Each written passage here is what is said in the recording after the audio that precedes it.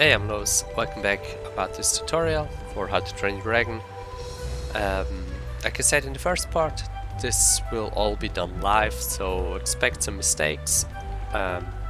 First, in the language, since I'm not a native speaker. Second, in the gameplay, since I'm not perfect, I'm only human. So if you see something that's not going as planned, just see it as an example how to not do it.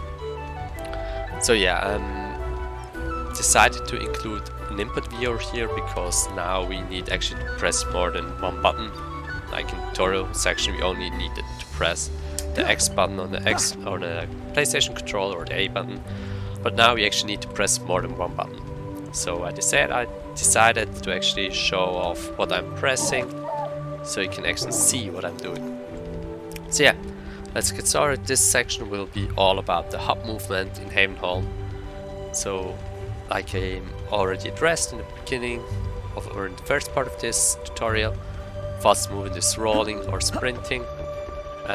By the way, there is gonna be a text box showing up here, but I already triggered it, so just keep in mind here to spam the X button to clear it as fast as possible. So this section is going all the way to the right, and instead of going over the bridge that's now blocked, you're going all the way to the right here.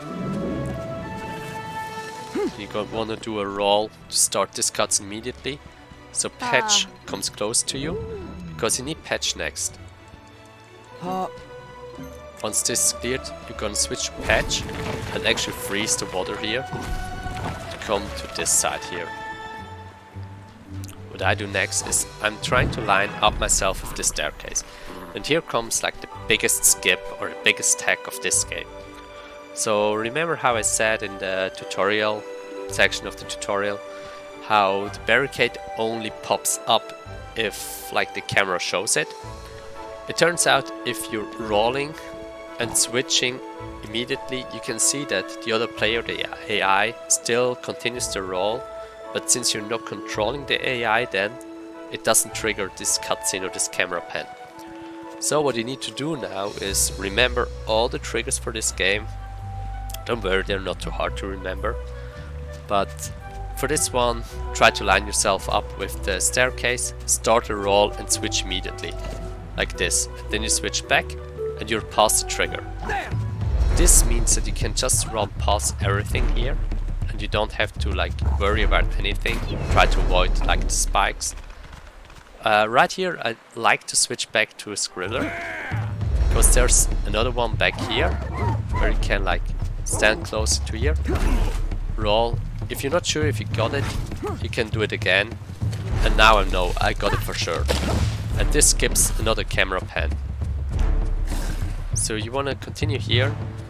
Sadly, because like I took some time to explain here, it meant that the enemies actually followed me.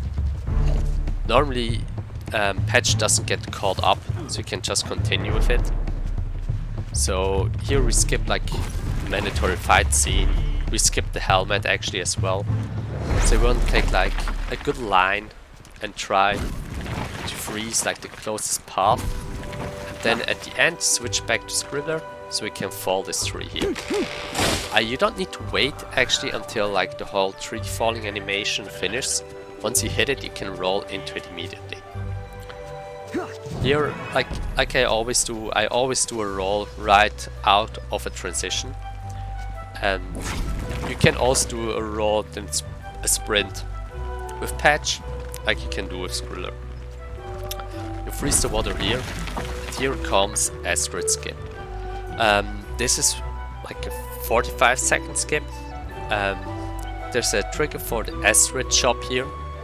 It's somewhere around the staircase, so I usually try to align myself here, so where I know I'm a good distance away from the actual trigger, which is like around the staircase. I switch and switch back, and I clear the trigger box. This gives like 45, like I said, a 45-second cutscene where Astrid talks to you, how you can purchase stuff from her, etc.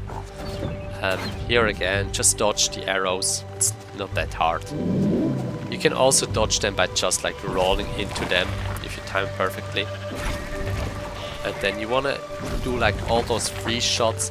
Like here I actually took like 3 shots. You can do it with 2. Here's another camera pan cutscene. You can switch that one. Like sometimes you get like this really weird shot here where it's like nothing happens at all for a really long time. Just, yeah, something that can happen. It only appeared to be happening on PC for me. I'm not sure if like on Xbox or Switch, like I ran this game also on Switch. I don't remember it being like this. But yeah, again, take a close line and then switch to Scribber here. Get across the bridge and take some real tight lines. You can see it's really easy to get like hooked up on the edges. And here you're supposed to fight this guy, but you can just run past him and trigger this falling bridge animation. This trigger here is actually pretty tight. So what I usually do is I spam the A button, the roll button, and switch immediately to get past the trigger. Usually when you hear the air, you know that you actually go past the trigger. And you skip like the whole fight, because all those barricades only fall down again if you skip all the fights, or downfall the fights. From here on, just run to the left here. And the whole switching thing to skip the fights you can also do with triggers like this here. So I can just roll over it by switching characters. And here comes the next tech that's gonna be used quite a lot, and that's down and up warps. So by standing, you can see above of me there's solid ground. And you can also see that patch actually starts to run towards it if I'm here. And what you can do then is just switch characters and you up warp to this place. And this has like a really nice benefit as well, that it actually skips the whole fight, because this is a pretty bad fight actually. Because you need to fight a lot of people and they're really hard to actually defeat. So just continue to run down the line. It's once you played this game, you know where to go, and you actually don't need patch here to clear all of this. You can just do it all with Scribbler. Here I'm gonna make an intentional fail. So you see, I actually like started this fight, so you can see the barrier is gonna be up here, and I made this mistake on purpose. So if you ever fail any of the like rolling skips to skip the trigger, what you can do is reload the previous room and then go back, because like I said previously, all those like barricades rising up, they're actually tied to the cutscene that's playing.